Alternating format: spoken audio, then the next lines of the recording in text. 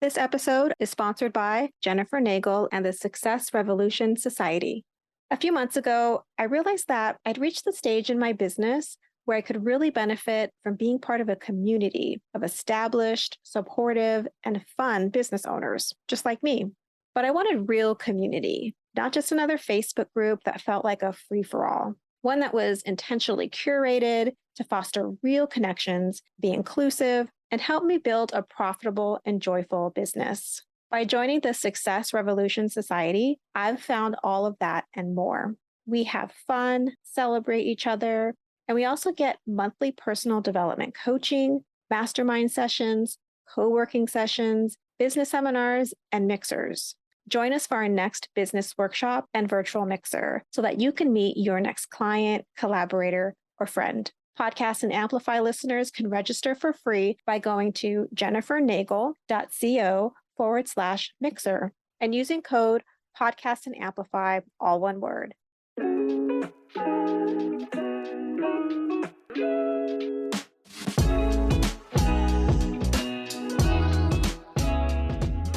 I'm Kristen, and you're listening to Podcast and Amplify, a podcast for women entrepreneurs who want to amplify their voice and brand through podcasting and grow a wildly successful business. I'm the executive producer and host of 2 shows and an entrepreneur, and I love helping women grow their visibility, mindset, and business to the next level. Each week, I share tips on how to launch and leverage your podcast, and I'm bringing on the very best business leaders to give you advice on how to build your business empire. Let's amplify your voice and business.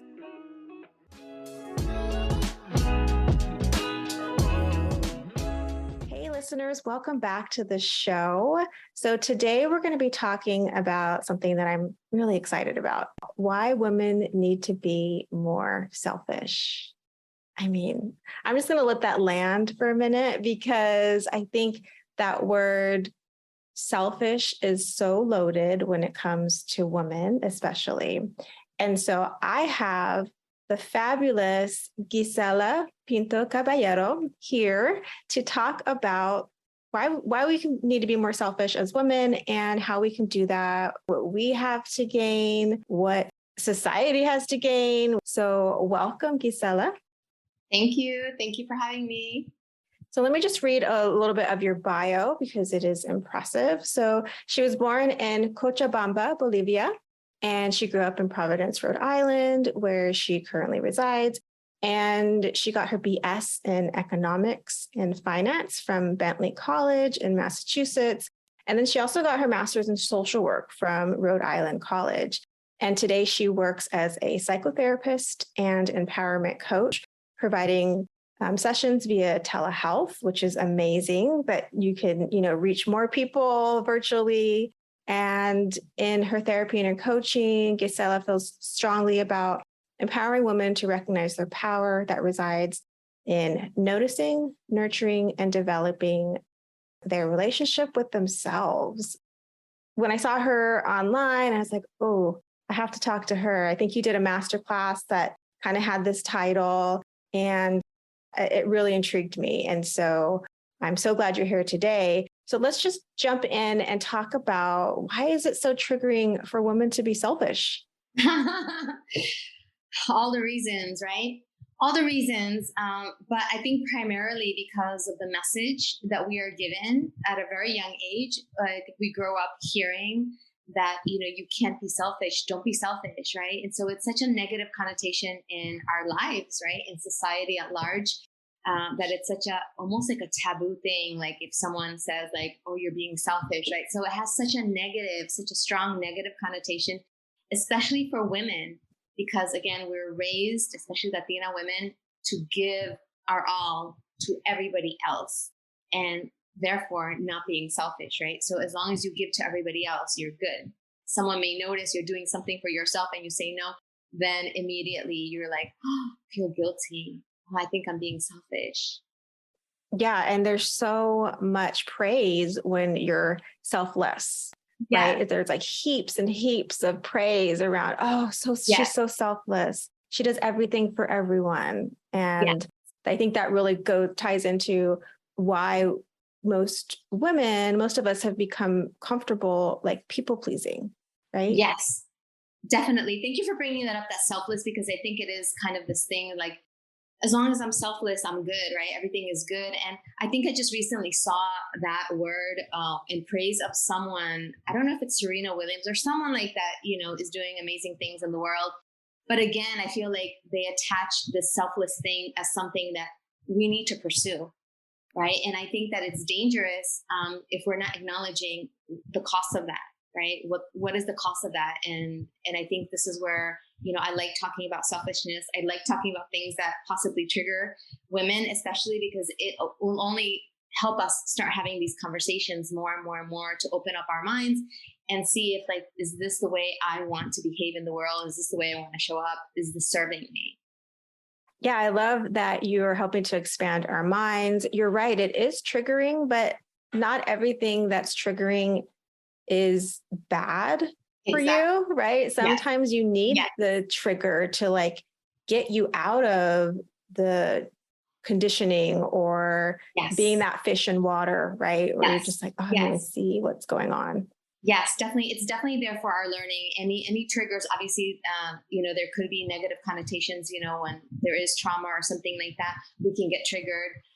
Any really bad negative experience that we could have had in our lives and experienced, we can get triggered by it, which it seems like it wouldn't be a good thing. But even then, in those situations, it's meant for us to learn and to grow, heal, learn, and grow, basically. Right. Absolutely. And so we're talking about ourselves and the changes that we need to make. This really benefits everyone because when you're not giving from a depleted place, from a like, I'm just running on fumes place, that energy is so much different than I'm lit up, I'm full, and then I'm giving to you. So can you talk a little bit more about, just how that benefits the people around us? Again, going back to this selfishness, right? And how, we don't want to even go near it. But when you think about it, what does that actually mean? And if I start acting this way, like, isn't it only going to be like a bad thing for me and everybody's going to be angry at me? This is something that takes a lot of courage, right? To recognize that this is unpopular, right? It's not the norm. And so it takes a lot of courage to recognize first and then act selfishly, being okay with that and giving to yourself first, right? Because that's really what it looks like. It's prioritizing your needs for your benefit and for the benefit of everyone else. So there's really nothing more to it than that, right? And then it's obviously the actions to do that, right? And to recognize that the more you give, just like you alluded to, like you're giving to you, you're feeding you, so then you have energy for what you need to do for others, right? Because this is not about just hiding somewhere in an island or going somewhere by yourself and just being like, oh, like, thank God I got rid of everybody, right? This is about you doing that in your life, right? Really, yes, like finding a sacred time and space for you, but then, filling yourself up so much that, of course, you want to continue to do that for others, right? Like you're giving to yourself and you feel great and good with it. And now you're ready. You're more than ready to give to everybody else. And, this is not, I know I recognize that also it's easier said than done, right? But this is why it's a courageous act, right? And it is such an important act for us to begin, not when, after you've had a family and you recognize that you're in this place, now you have to start paying attention to you. Hopefully this message reaches girls, especially at a younger age, to know it's okay. It's okay to do something for you first, and then you can do it for your friend, right? Or for anybody else, right? That it's okay. It doesn't mean that you don't care about anybody. It doesn't mean that you don't love other people. And I also want to acknowledge that, there are selfish acts which are hurtful for people. So, I am not immune to even me being selfish at some time and knowing that wasn't the best thing, or even inaction can be selfish, right? And so putting it into perspective, I believe like there's actually a spectrum, right? But I am talking about, the selfishness where it's important to recognize that we have needs as women, as human beings, as individuals, and it's okay. It's okay to recognize them and do what you need to do for you so that you can do everything else that you want in the world for others as well. Yeah. And I love that distinction between, there is the type of selfishness that is harmful to others, but that's not the kind of selfishness that we're talking about here. We're talking about the kind where it's in service to yourself so that you can be also in service to others. What are ways that women commonly say no to themselves and like deny their needs and their wants even? I feel that there's so many ways, but some of the maybe more common ways is volunteering.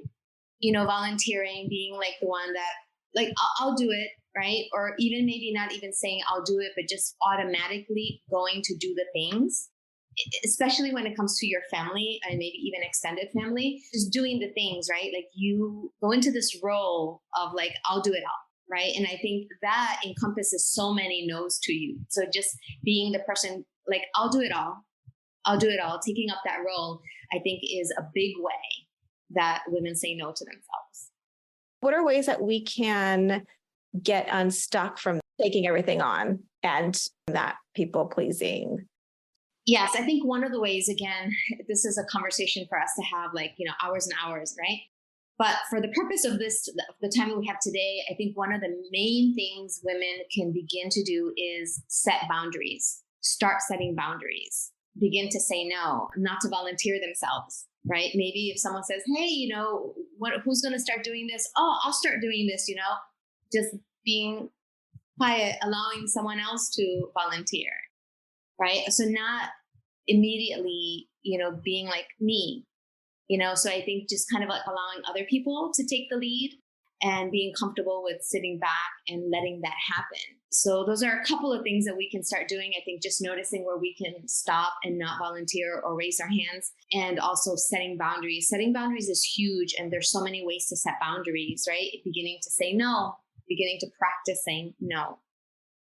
What do you do because I'm thinking of the person who is really just used to operating in this way. And I can imagine that the discomfort that comes up from not volunteering, saying no, setting a boundary, like how do you deal with that? Like what are some tools that can help you? Obviously it's going to be uncomfortable, like extremely, right? Because that's not your mode of operation, right? That's not your natural or what you've learned to be your natural way. So how do you help people sort of through that discomfort?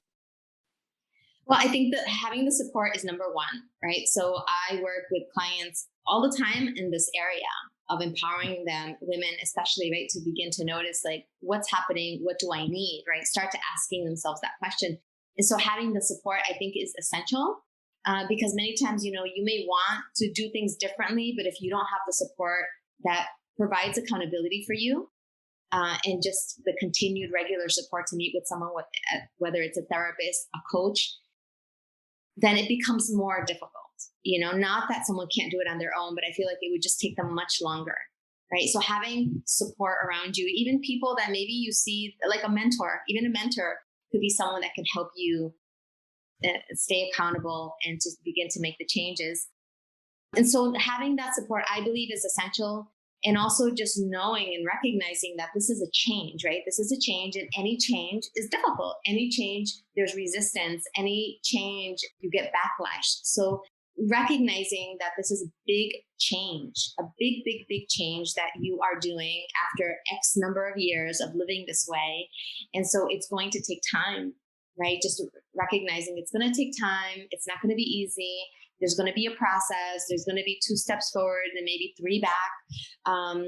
But it's okay, right? Because you're committed to living differently. You're committed to showing up differently for yourself. So this is why I like to talk a lot about the relationship with you, because this is what it encompasses. Just noticing where you feel like you're not benefiting anymore from the way you are being, right? That go-to person, the one that just does it all. And sometimes life makes it so that you recognize that you have to start looking at this, because women, depending on where they are in their lives, they are sometimes faced with this thing of, okay, I have to now start paying attention to myself, because now, for example, I don't have these children to take care of if you have children.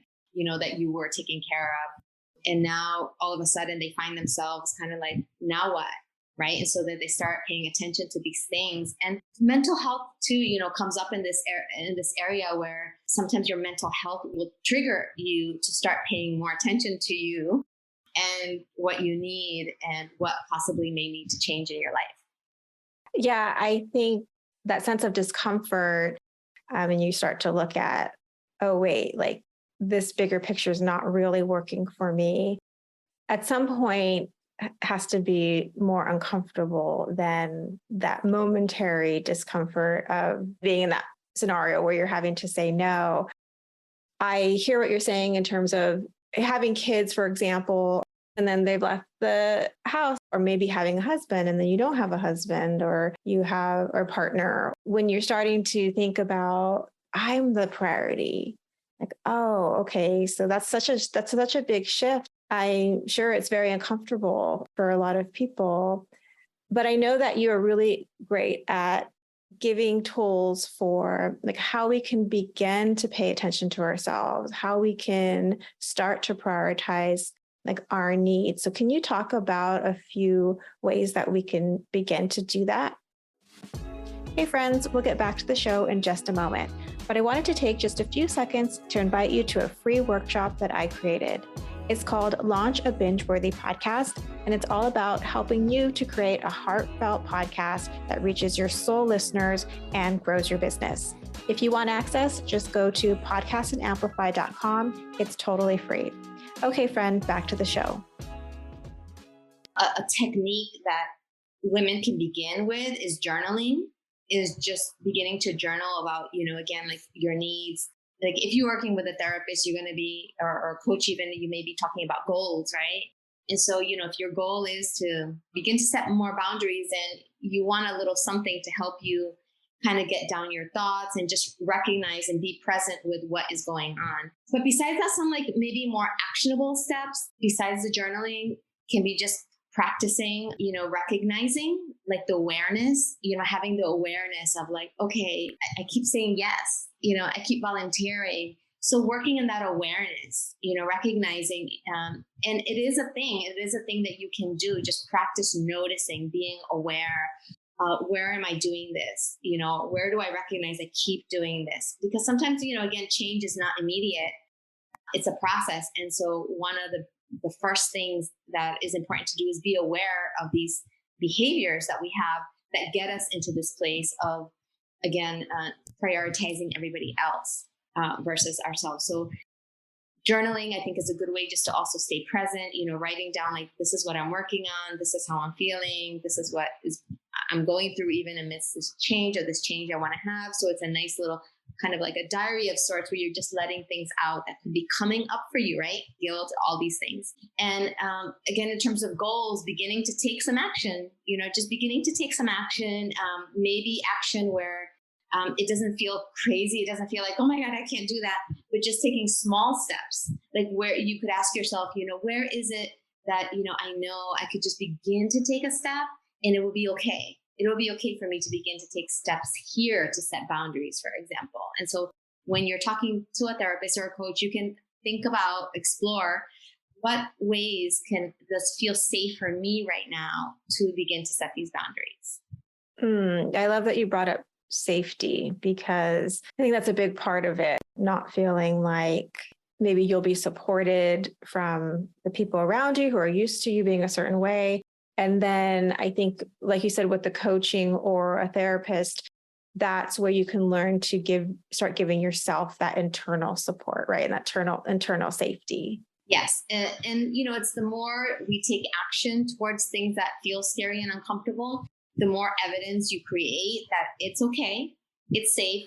And again, it can feel overwhelming to think that, you're going to make this big change and like what's going to happen. And this is where processing and talking helps you out, because you're able to kind of look at the possible barriers and even the things that you can expect. Okay, yes, expect people not to be happy, for example. Expect maybe some backlash. Expect maybe you not consistently, taking these actions that we're talking about.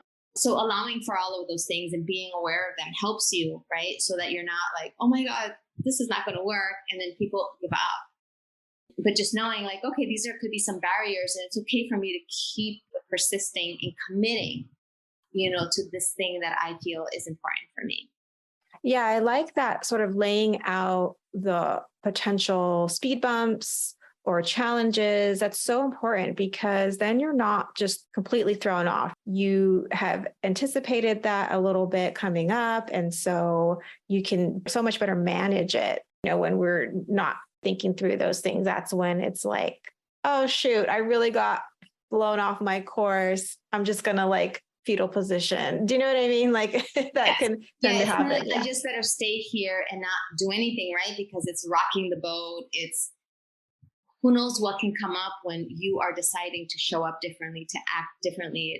It's a scary thing. Again, especially if you're used to doing that for a big portion of your life, it is important to recognize that process. Again, like you said earlier, it's not easy, but it's essential if you are committed to making these changes for your good and for the good of everybody else. Because, this is also you being a model, right? Being a model for other women, your children, whether they're male or female, for others around you, you end up being a model, even for even your partner, right? Because you're deciding to do something different. It's not abandoning anyone. It's more just like transitioning into a person that you're more aligned with, that you can be more aligned with, and that ultimately is going to be able to give so much more. It seems like you're giving so much when you're acting so selflessly, but who's being left behind is the most essential person, which is you. And so in this other way of being selfish, everybody wins. I love that it is you're modeling for the younger girls coming up after you. You're showing people, how they should be treated. I want to just kind of quickly share a couple of things around this relationship with you, like some tips. So these are just 3 essential tips to help you begin to have this powerful relationship with yourself, which will also help you be more selfish in the best way possible. So one of them is positive self-talk. So recognizing, again, being aware of how do you speak to yourself. Many times we say things like, oh, I'm so dumb. I'm so stupid. I can't believe I did that, right? And so recognizing that may not be the best way to talk to ourselves, even if we make a mistake, even if we do something that hurts someone's feelings, or, we mess up in some way, shape, or form. Recognizing that we can talk to ourselves in a loving way, recognizing that I made a mistake, oh, I messed up in this, but maybe even being able to laugh with yourself about it versus speaking to yourself negatively. So that's just one example, right? There are many ways that we speak negatively to ourselves. I can never do this. I'll never learn, so many ways. So being aware of how do I speak to myself? What are the words that I use to communicate with myself is essential so that we can begin again to change that and to shift into more positive self-talk towards ourselves. That is so important. And I'm glad that you brought it up because I know for me, that critical voice in my head, she's powerful. And there was a time where I didn't even question her. And once you start listening, really oh, what am I saying that to myself? Ow, that's really harsh. And, I think that's a great tip of where to start, what are you saying? How hard are you being on yourself? Can you give yourself more grace and kindness? So that is one. My second actionable tip is to begin to set goals. Begin to set goals. And you may be thinking where is that coming from? What does that have to do with anything? And from my personal experience, it's so important because I think when I learned about or heard about setting goals for yourself, whether it's financial goals or other goals in life, it seems so complicated, to oh, you have to do this and I have to do this, I have to do this, and then you reach your goal. I felt like I shut down. It just seemed too much for me. And it wasn't until more recently where I learned that, goals can be something that are easy to, first of all, to set when you're doing it in a way that feels good and aligned with you, right? Sometimes we just make things harder and we complicate ourselves and we're just, forget it, I'm good, I'll figure it out kind of thing. And so I think that's a way of sabotaging, and not really paying attention to our needs, right? Because when you set goals, you're really paying attention to oh, what do I want? right? It's like this question where you're like, what would I want? What would I want to do? Again, your personal goals, right? We're not talking about like your family goals. This is for you, like, what would I like, what would I like to accomplish? Just those questions really are deep, right? When you think about what do I want, right? Again, paying attention to you, your needs. So I think setting goals are really important to begin to, again, start having a better relationship with yourself. Oh, I love that. I've been setting goals for a long time and I've never thought about it in those terms of like, I'm asking myself, like, what do I really want? I love that. And last but not least, relationship with money, right? Your relationship with money. Think about, what is your relationship with money? The relationship we're having with money, with your finances, it mirrors like other relationships, especially, more intimate relationships. So it's money in general is like a hot topic, right? It's a taboo topic. It's a topic a lot of people don't want to talk about, but it's really important as women, especially as we think about empowerment, as we think about, the lives we want to lead. Again, thinking about what kind of life do I want to have? Being turned on to money, really being turned on to money, begin to recognize what relationship do I have? Because we could have a relationship that's really just ambiguous or a really kind of like, unhealthy relationship. And again, that can mirror other areas in your life where you're having relationships. And so just starting to ask yourself the question, what is my relationship with money? And for many of us, especially coming from immigrant backgrounds, we could have a really negative or unhealthy relationship with money based on our parents' relationship with money. And so that carries over to us. And then in our adult life, how that is manifesting. And so just beginning to ask yourself, what is the relationship I have with money? If it's not something that's beneficial, how can I make it beneficial? What kind of relationship do I want to have with money? Again, that helps you think about more about, abundance, prosperity, feeling safe and secure, and feeling good with money.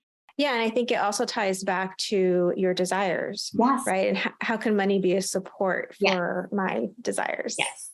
Yes. And there's so much, there's so much about that relationship with money. I have a mentor that I'm working with, and it's fascinating, right? There's so much to learn, and there's so much, to just continue to, I think, break free from in terms of like how we've been conditioned to think, believe, and feel about money, and that these things continuously will come up. It's almost like there's never a point where you're going to be like, oh, like I have 100% no issue with money. Things will always come up that, you have to kind of like pay attention to and release, release these negative beliefs. Yeah, definitely. I've done shows, the whole entire shows on money, and it's just like a topic you can endlessly, talk about and dive into and, get different beliefs around. So those are some really fantastic tips. Thank you so much for sharing those, ways for us to pay attention to ourselves and our desires and our wants. So before I let you go, I want to ask you, because this episode will be airing during Latinx Heritage Month, and you are one of our fabulous Latinas featured. So how is being a Latina a superpower? I would just say in general, but it could be in your life, in your business, like however you want to connect that. I love that question. And I almost like, can I just think about it for a year? But I will say what I'm thinking right now is a superpower. I just think that, being Latina, being Bolivian, I just want to say that too, because, I'm so connected to my heritage, my culture, is a superpower just because of the way I can look different. I like that I look different. I like that people recognize me being from somewhere else. So just the way I look, I feel is in and of itself powerful. My accent, that can, it's interesting. I've developed more of an accent as I've gotten older in English. I can tell that probably people can notice something. I mean, my English is very good compared to my Spanish. So I like that, I like that, again, people to notice that there's something there. So I think just the fact that we are different, there's this uniqueness about us, and that there's so much behind who we are, as Latinos, right? Because we come from all areas. We come from different class, social status, education.